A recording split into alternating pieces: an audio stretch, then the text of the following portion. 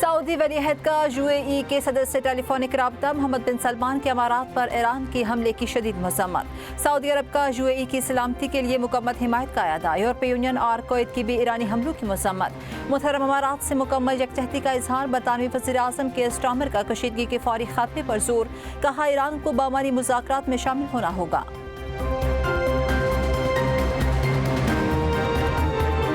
پاکستان کی کوششوں سے امریکہ کے ساتھ مذاکرات میں پیش رفت ہو رہی ہے۔ اپنے ہرمز کے واقعات واضح کرتے ہیں، کسی سیاسی بحران کا فوجی حل ممکن نہیں۔ امریکہ کسی کے کہنے پر دوبارہ دلدل میں نہ پھنسے۔ خطے کی صورتحال کے پیش نظر متحدہ امارات کو بھی محتاط رہنا چاہیے۔ پروجیکٹ فریڈم دراصل پروجیکٹ ڈیڈ لاک ہے۔ ایرانی وزیر خارجہ عباس اراغچی کا ملکی قومی سلامتی کمیٹی میں ایران امریکہ مذاکرات سے متعلق تجاویز پر بریفنگ کے بعد ٹویٹ۔ عباس اراغچی نے اسلام آباد میں ہونے والی بات چیت کے دوران پیش تجاویز اور تفاشات سے اراکین کو آگاہ کیا۔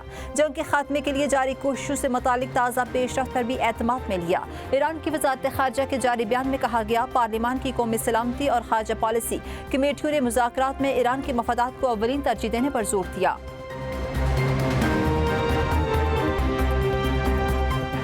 عالمی تحقیقاتی ادارے کا پاکستان کے امریکہ اور ایران ثالثی پر سروے جاری۔ 74% پاکستانی شہری پاکستان کی ثالثی کی کوششوں سے آگاہ۔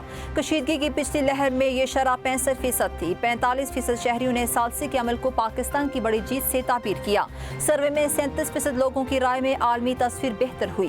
33% عوام کا کہنا تھا پاکستان کی سفارتکاری مضبوط ہوئی۔ 31% کے مطابق پاکستان کی بین الاقوامی حیثیت میں بہتری آئی۔ 55% عوام نے cadet field marshal general Asim Munir کو دیا۔ 38% لوگوں کی وزیر اعظم شہباز شریف کے حق میں رائے۔ نائب وزیر اعظم اسحاق ڈار کے حق میں 6% رائے سامنے آئی۔ مشرق وسطی میں جنگ کے باعث مہنگائی بڑھنا شروع ہو گئی۔ IMF کی سربراہ کرسٹالنا لاجارجیا کا اظہار تشویش، کہا عالمی معیشت کے لیے خراب صورتحال والا منظرنامہ برقرار ہے۔ تیل کی قیمتیں $125 فی بیرل رہیں تو نتائج بہت خراب ہوں گے۔ ایران جنگ عالمی اقتصادی ترقی میں سست روی کا باعث بنے گی۔ IMF کا پاکستان سے ڈو مور خود مختار ویلتھ فنڈ کا مکمل طور پر فعال بنانے اور قانون میں پارلیمانی منظوری کے مطابق ترمیم کے لیے 6 سخت شرائط عائد کرنے کا مطالبہ۔ شرائط کے تحت خود مختار ویلتھ فنڈ کو کسی بھی صورت میں قرض لینے یا ادھار حاصل کرنے، ضمانت یا رہن فراہم کرنے، سرکاری یا نجی اداروں کو قرض دینے کی اجازت ہوگی۔ IMF کا فنڈ کو مالیاتی اثاثے حاصل کرنے اور مالیاتی اداروں یا سرکاری ملکیتی اداروں سے کسی قسم کی سرمایہ کاری یا معاونت لینے سے روکنے کا بھی مطالبہ۔ حکومت نے سرمایہ کاری ملکیتی اداروں کے قوانین میں 6 ترامیم پارلیمنٹ کو منظوری کے لیے بھیج دیں۔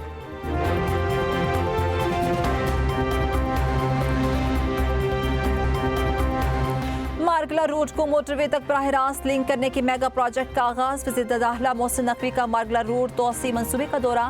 2.7 کلومیٹر طویل پروجیکٹ کے دونوں اطراف 3 روڈ، نرویہ سڑک اور 2 رویہ سروس روڈ تعمیر ہوگی۔ GD روڈ پر انٹرچینج، 2 انڈر پاسز اور ایک پل بھی بنے گا۔ محسن نقوی کو منصوبہ بارے تفصیلی بریفنگ۔ وزیر داخلہ کا گفتگو کرتے ہوئے کہنا تھا، منصوبہ اسلام آباد اور موٹر وے کے درمیان ایک متبادل، تیز اور آسان راستہ فراہم کرے گا۔ ٹریفک کے دباؤ میں نمایاں کمی اور سفر کا دورانیہ کم ہوگا۔ وزیر داخلہ کی منصوبے کو مقررہ مدت میں مکمل کرنے کے لیے تمام وسائل بروئے کار لانے کی ہدایت۔ سنگجانی انٹرچینج بھی 31 جولائی تک مکمل کرنے کا حکم۔ سلامتی کے شعبے میں بھی ٹیکنالوجی کلیدی حیثیت حاصل کر چکی ہے۔ زندگی کے ہر شعبے میں ٹیکنالوجی کا کردار بڑھ رہا ہے۔ مقامی زبانوں میں ڈیجیٹلائزیشن ضروری ہے۔ وفاقی وزیر انفارمیشن ٹیکنالوجی شیزہ فاطمہ خواجہ کا اسلام آباد میں تقریب سے خطاب۔ شیزہ فاطمہ نے کہا، مقامی زبان میں مشین لرننگ سے زیادہ لوگ استفادہ کر سکیں گے۔ شیزہ فاطمہ کا کہنا تھا کہ ٹیکنالوجی کے شعبے میں ہر طرح کے ماہرین کی ضرورت ہے۔